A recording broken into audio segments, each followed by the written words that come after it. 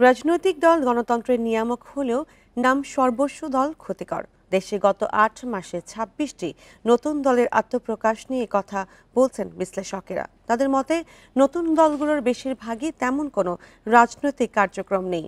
ব্যক্তি স্বার্থ ও নির্বাচনী জোটে ঢুকে দু একটি আসন বাগিয়ে নেয় তাদের লক্ষ্য।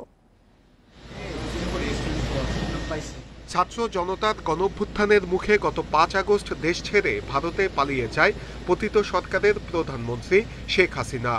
পতন হয় ১.৫ যুগের স্বৈরশাসনের।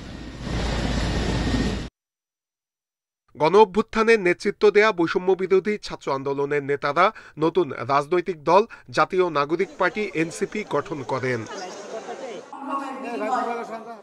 এছাড়া গত ৮ মাসে নিউক্লিয়াস পার্টি, জনপ্রিয় পার্টি, জাগ্রত পার্টি, আমজনতার দল, আমজনতা পার্টি, বাংলাদেশ সংস্কারবাদী পার্টি, বাংলাদেশ মুক্তির ডাক, বাংলাদেশ গণতান্ত্রিক পার্টি সহ ২ ডজনের মতো দল ও প্ল্যাটফর্মের আত্মপ্রকাশ ঘটে। একের পর এক নতুন রাজনৈতিক দল গঠন হলেও এ নিয়ে খুব বেশি আগ্রহ নেই সাধারণ মানুষের। নতুন দল গঠন করতেছেন, দেশের কোনো আপনার কোনো রাজনৈতিক পরিচয় নেই, ব্যাকগ্রাউন্ড নেই, আপনি কোনো সময় রাজনীতি করেন নাই, তারপর আপনি এসে পড়ছেন। এত দল আসলে আমাদের আসলে যে রাষ্ট্র যে অবকাঠামো এটা উন্নত হওয়া আসলে এটা হবে না। গণঅভ্যুত্থানের নেতৃত্ব দেয়া ছাত্র জনতার দল এনসিপিকে স্বাগত জানালেও নাম সর্বস্ব কিছু নতুন দলকে গণতন্ত্রের জন্য ইতিবাচক মনে করছেন না বিশ্লেষকরা। এই নাম সর্বস্ব দল গণতন্ত্রের জন্য খুবই খারাপ।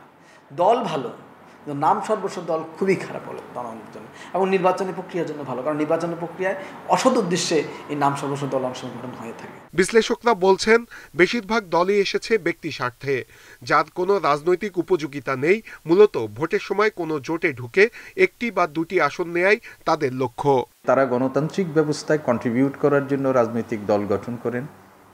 এইটা যতটা না তার চেয়েও বেশি হচ্ছে রাজনৈতিক দল গঠনের মধ্য দিয়ে নিজের কিছু ব্যক্তিগত উদ্দেশ্য বা একটা গোষ্ঠীগত উদ্দেশ্য সেটাকে চরিতার্থ করার লক্ষ্য থাকে।